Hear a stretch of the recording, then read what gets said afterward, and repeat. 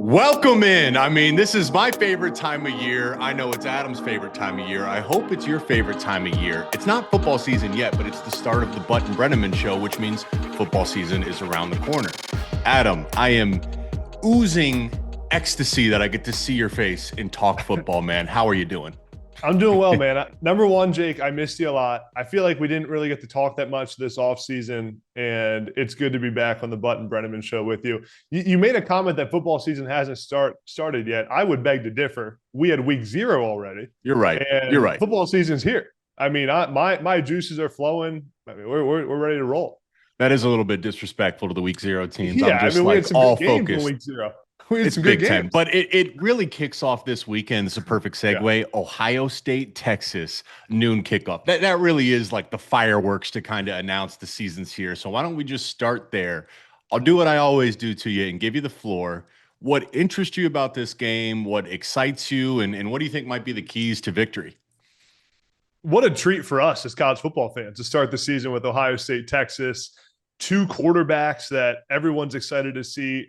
The talk around this game and what I'm most interested in actually analyzing is Julian Sayin. How does he rise to this occasion as the quarterback at Ohio State? It's like getting handed the keys to a Ferrari, right? You have everything around you that you could possibly need, and you have one of the best defenses in the country, the best receiver in America in Jeremiah Smith, and you have a 5-star young quarterback who hasn't seen the bright lights yet. So how that plays out is going to be the factor in this game, and really the factor in Ohio State's season.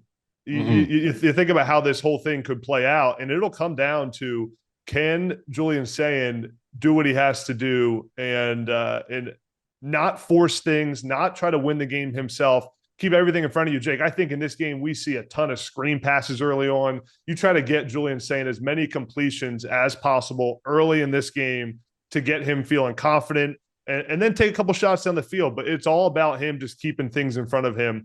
I have Ohio State winning this game, Jake. I think they win 26-23. I don't think it's a super high-scoring shootout because of how good these teams are around their quarterbacks, and both quarterbacks just have to keep everything in front of them. So it's going to be a barn burner. It's going to be a classic. It's a treat for college football fans that we get to start the season with a matchup like this. Yeah, I mean, listen, I think this is a win-win situation for Ohio State, and you play to win the game, absolutely. But the Buckeyes know as well as anyone that a loss here doesn't really affect your ultimate goals. But a win, introducing 2 new coordinators, new quarterback, really just a ton of new pieces all across both sides of the football, because all those Buckeyes are in the NFL this year, would just set the tone for what they believe this season could be. And as you talk about Julian Sayin, I think his success is completely related to and tied to Brian Hartline's success. And what a luxury and a gift to have Jeremiah Smith, to have Carnell Tate, and to have Max Clare. I think Clare is really going to be the key to this season, because when Texas played Ohio State back in the playoffs, they did a great job of taking away Jeremiah Smith. I mean, there was nowhere he went on the field where there wasn't 2 defenders with their eyes on him. So that means there's going to be one-on-one matchups. And Max Clare, in my opinion, is the most talented tight end Ohio State has ever had. I don't see how linebackers cover him. They really don't. And Carnell Tate is arguably the best wide receiver, too, in college football. I mean, he's up there for sure. I know Ohio State's excited about the offensive line. I think that's going to be another key here. I think they have 6 or 7 guys up front. I think establishing the run, kind of the similar principle to you of the screen games, that just helps calm everybody's nerves. The games feel easier when you're able to run the ball. And then defensively, I don't know. I kind of want to ask you about Arch Manning, because he's such a great athlete. Like his ability to hurt you with his legs, but then also his ability to make plays off schedule because of his legs, I think play a big factor. The reason I'm not nervous is Ohio State's linebackers, Sonny Styles and Arvell Reese, those guys are as athletic as you'll find. And then Caleb Downs is another guy that just, you can put him anywhere on the field and he's going to solve problems. I think those 3 guys is like the athletic second level in your defense, help kind of start to tip the odds in Ohio State's favor. But what's your thoughts on Arch Manning and how Ohio State matches up? The X factor for Arch Manning is the athleticism. He's more athletic than the other young quarterbacks in the country. And then any Manning either, right? Like, it's crazy. I know, and it surprises you. I remember last year, Jake, watching Arch Manning play in some of those, he would go in for Texas in certain quarterback run situations, and it wasn't probably just because of the bias, you hear the Manning name and you don't think of him as an athlete. And I was like, oh, crap, like he can move, man. Like he's an actual threat with his legs. So that's going to be a huge factor in this game. You mentioned Caleb Downs. You talk about one of the best defensive players in the country, and he's a guy who's seen everything, has seen different offenses, knows how to react, knows how to play quarterbacks who will run when they have a green grass in front of them. I think Caleb Downs plays a big role in this game. Caden McDonald, the defensive lineman for Ohio State, has had a really good camp. A lot of talk about him. So I think him getting a pass rush on that interior defensive line will be really critical. Jake, I love your Max Clare point for the Ohio State offense.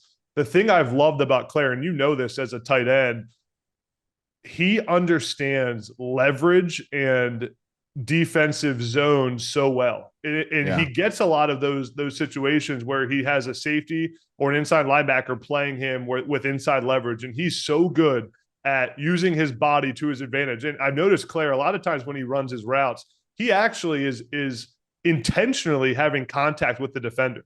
And I used to tell tight ends that, like, don't run away from the contact. Use that contact as leverage. And he's been so good at getting open. And when Jeremiah Smith gets bracketed, when Carnell Tate draws attention, it's going to open up a lot for Max Clare. And we know young quarterbacks who are trying to not turn the football over and keep things in front of them, that having that tight end as a safety blanket is absolutely critical.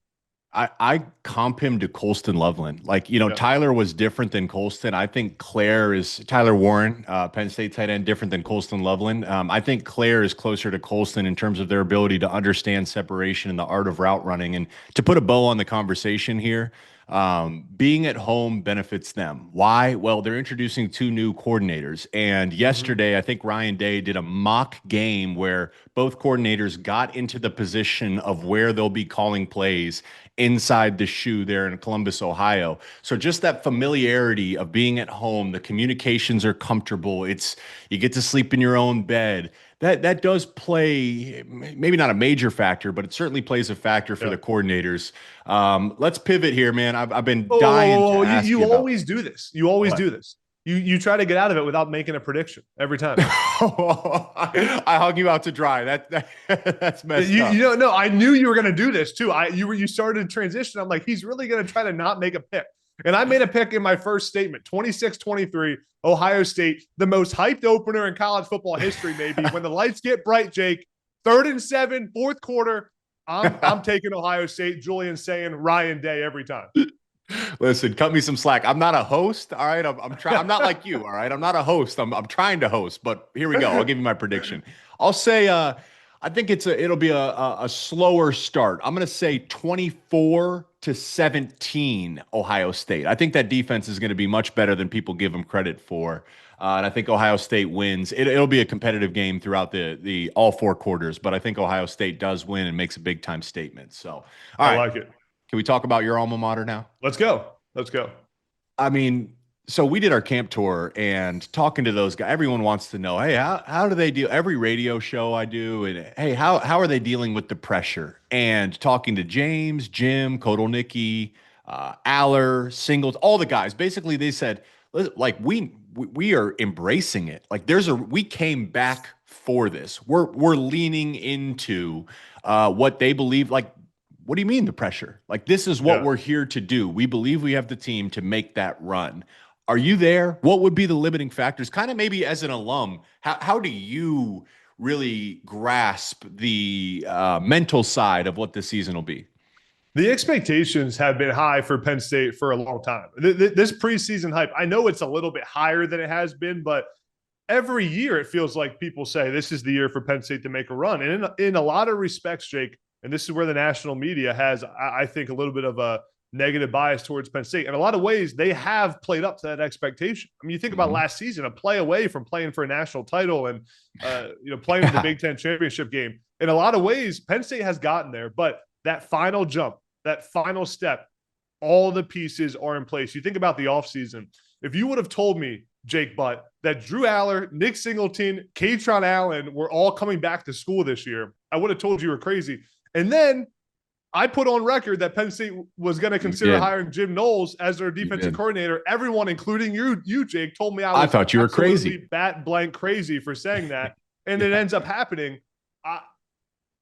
they are all in from the Mhm. top down. Administration, Pat Kraft have said, chips on the table. We will do whatever it takes to bring a national title to Happy Valley. And this is the year. Then you think about the receiver room, which has been the biggest issue for Penn State without a doubt. There's no other way to put it. It has not been good enough. You bring in Kyron Hudson, you bring in Devontae Ross, you bring in Trevor Pena from Syracuse. All three guys win starting jobs. You have three receivers who I think can win one-on-one, can take the top off of a defense, and can make plays in crunch time. When you think about that interception that Drew Aller threw against Notre Dame on that final 2-minute drive, it's a bad play for sure for Drew Aller, but he doesn't have any receivers at that point that can make a play. So almost by trying to make him throw the football, you put him in a bad spot. No, you need to have someone who can win when everyone in the stadium knows you're throwing the football. There has to be someone who can win. And Penn State went and got that. They have a defense that comes back, denied Dennis Sutton, Zane Durant, two of the best defensive linemen in the country. Everything's there, Jay. The schedule could be worse, right? I mean, for a Big Ten schedule, the schedule could be worse. They have some good early matchups to get their feet wet.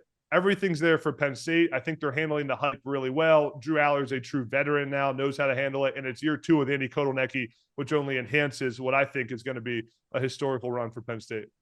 Listen, I'm completely with you. And the Drew Aller slander, what I'm excited about is Drew and James have to be so close, because the same narrative for James is what the same narrative Drew gets, which is really good coach, really good player. Hey, they're going to win a ton of games, but they've fallen short of the ultimate goal. And then you peel back the layers a little bit, and I completely agree with you. I've been telling this for everybody that has, slams on Drew, which is to say that Notre Dame game, go watch every single offensive play. There's not a yard of separation by his receivers. And what quarterback overcomes that? There really isn't. Ohio State, Will Howard is not as talented as Drew of a thrower, but man, he has problem solvers out there. And Drew just hasn't had that besides Tyler Warren. So I'm excited to see what the receiver room does. But I'll tell you what, Adam, to me, what my identity would be if I'm Penn State, that offensive line is outstanding. And it's the best offensive line we've seen in the James Franklin era. I almost lean towards saying, why not follow the Michigan model from a few years ago?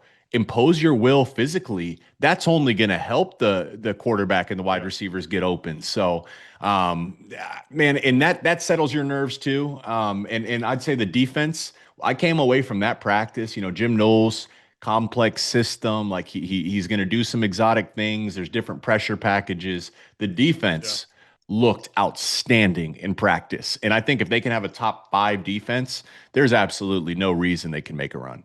Yeah, to your point on the run game, you have 2 running backs who could both break college football records with career rushing yards. I mean, so you got to feed those guys. The best personnel group for Penn State may be both those running backs on the field at the same time. We saw Kotelnicki do that last year with unique personnel groups, with bringing in even a running quarterback last year who's no longer there in Bo Pribula. So they're not afraid to be unique in personnel. And on defense, man, it's remarkable how fast they have reloaded on defense every single year. It feels like they're so elite every year, and then the guys keep getting better. There keeps being new, and a lot of them are high school recruits that they bring in and build through that program. Think about a guy like Tony Rojas, who's been there and has just gotten so much better every year he's been at Penn State. And now playing linebacker and runs like a defensive back, a guy who can play all 4 downs on the field at linebacker. They've done a great job developing inside that program on defense. It's going to be fun to watch, man. And gosh, a chance to go on the road to Columbus mid-season, and what a great opportunity. I mean, that's Jake, all it is. I wanted to ask you, I shot Coach Franklin a text yesterday just saying good luck on the season. And I was reminded, he asked me for your phone number like a few months ago. Yeah. Coach Franklin texted me out of the blue and said, send me Jake Butt's number. And I'm thinking either Jake said something about Penn State on air that wasn't accurate, or so did you guys ever talk? I'm curious what the conversation was. Well, he never reached out. Yeah. I was waiting for him to reach out, and he never. So that's when I asked you for his number and just connected with him. It's crazy I haven't connected with him sooner, but it was good to see him on the camp tour. I don't know. I've always had a great time meeting with that staff and James and the players, and fun play. That's my favorite place to play on the road. So Yeah. Listen, we got to get out of here though. So I want to end on this dark horse team. Okay, is there a team? Maybe Indiana is like a complete outlier what they were able to do last year, Yeah. but maybe give me a team that's not Ohio State, Penn State, Michigan, Oregon that you have your eyes on, and why? Yeah, this one was tough. I'm gonna go out of left field completely here, and I'm gonna go Wisconsin. Whoa. I'm interested to see. I'm not saying Wisconsin's going to win the Big Ten, but I'm interested Okay. to see what Wisconsin does with Luke Wow. Fickell now putting the pieces in place, with Billy Edwards Jr., with their new offensive coordinator. They had obviously Yep. a bad season last year. Their schedule this year is tough. They got Brutal. Alabama early in the season. They got multiple top 25 teams, but Wisconsin feels like a place to me that eventually is going to figure out how to win. And Billy Mhm. Edwards Jr. knows how to win. He's seen a lot of college football. I'm excited to see how that place comes together. And there'll be a team I'm keeping an eye on to just see if they can put a string of good games together and find some identity. I felt like Wisconsin had lost that identity of what they 100%. were before. The Yeah. physical, hard-nosed team that can run the football, also run some great play action.